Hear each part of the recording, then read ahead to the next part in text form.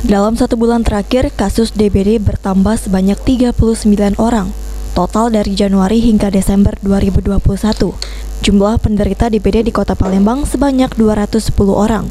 Angka ini menjadi yang tertinggi dibandingkan kabupaten kota lain yang ada di Sumatera Selatan.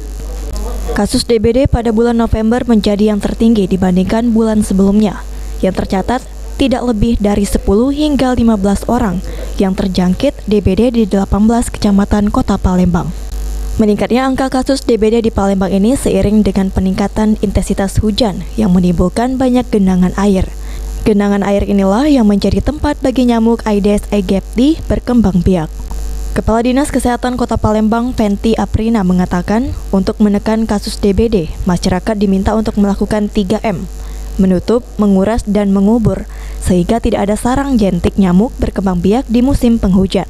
Terhadap masyarakat mengenai PHBS sendiri, Dokter? Ya, itu tetap dilakukan. Jadi kita punya kader-kader yang ada di wilayah kerja puskesmas, itu ada kader jumantiknya.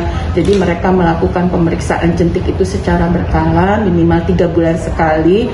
Jadi memastikan bahwa angka bebas jentik di wilayahnya itu kurang dari 80%. Kalau angka bebas jentiknya kurang dari 80%, maka insya Allah penularan kasus demam berdarah itu bisa kita turunkan.